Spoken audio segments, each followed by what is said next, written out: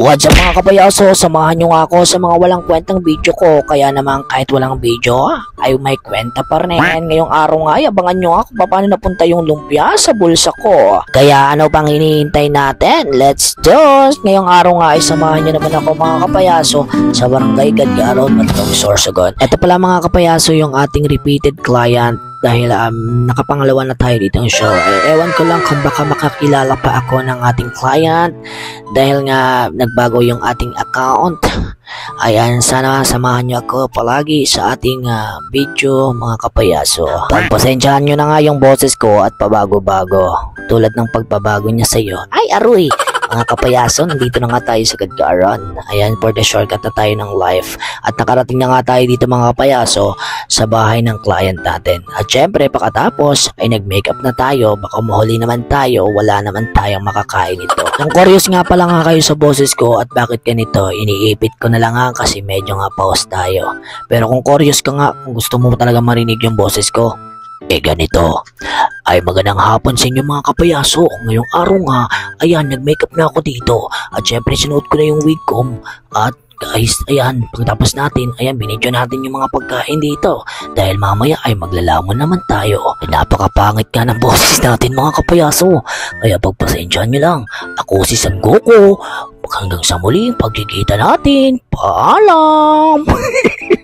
Ay syempre hindi pa nagtatapos dito mga kapayas yung video natin. Napakatapos syempre natin na mag-makeup. Ayan, nag-ano na tayo dito, nagpag-games na tayo sa mga kids. And syempre, wala pa pala, nagpa-makeup pala. Ay ano ba yun, nag-picture wala pala tayo dito mga kapayaso. Ang gulo natin ngayon mag-voice over mga kapayaso.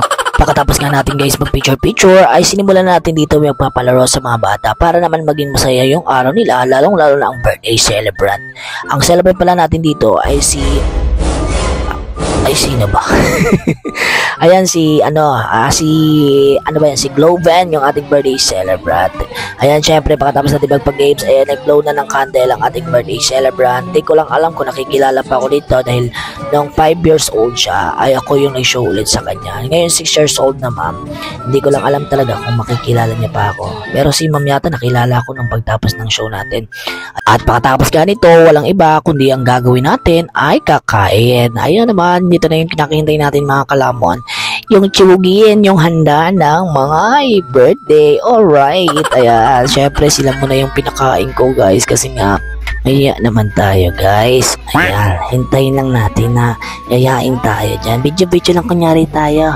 Ayan, para mapansin tayo dito. Uy, gutom na talaga ako dito mga kapayaso. Ayan, uy, sa wakas na yun, nakakain na rin tayo guys. Dahil pinakain na tayo ng client. Uy, wow, inunan natin yung lumpia. Grabe naman, di nila ang pa ni Kuya Clown. Ayan, syempre, wow, pagkatapos nila, nilagay pa talaga sa bulsa. Ito pala yung nangyari kung bakit tayo nagkaroon ng lumpia sa bulsa natin mga kapayasa. Ayan, syempre, pinadayag ko pa sa inyo yung ating lumpia. Ayan, masarap na lumpia. Ayan, madalas charunin ng mga bisita. Ayan, syempre, ako, madalas lang naman ako mag-sharon. Pero kailangan patago lang. Uy, joke lang. At syempre mga kapayasa, yan, nagpag-games na tayo dito pagkatapos natin kumain ng pabitin. Ay, pagkatapos nga guys, ay yung palayok nga ay na dapat papalurin pa natin, ay nawasak ko nga, nalaglag, dahil nadulas nga yung tali. Ayan nga mga kapayaso, hanggang dito lang ating video. Okay, bye-bye tayo mga guys! Bye-bye! Abangan nyo nga ang susunod nating video mga kapayaso. Hanggang sa muli, Pika Pika Pikachu!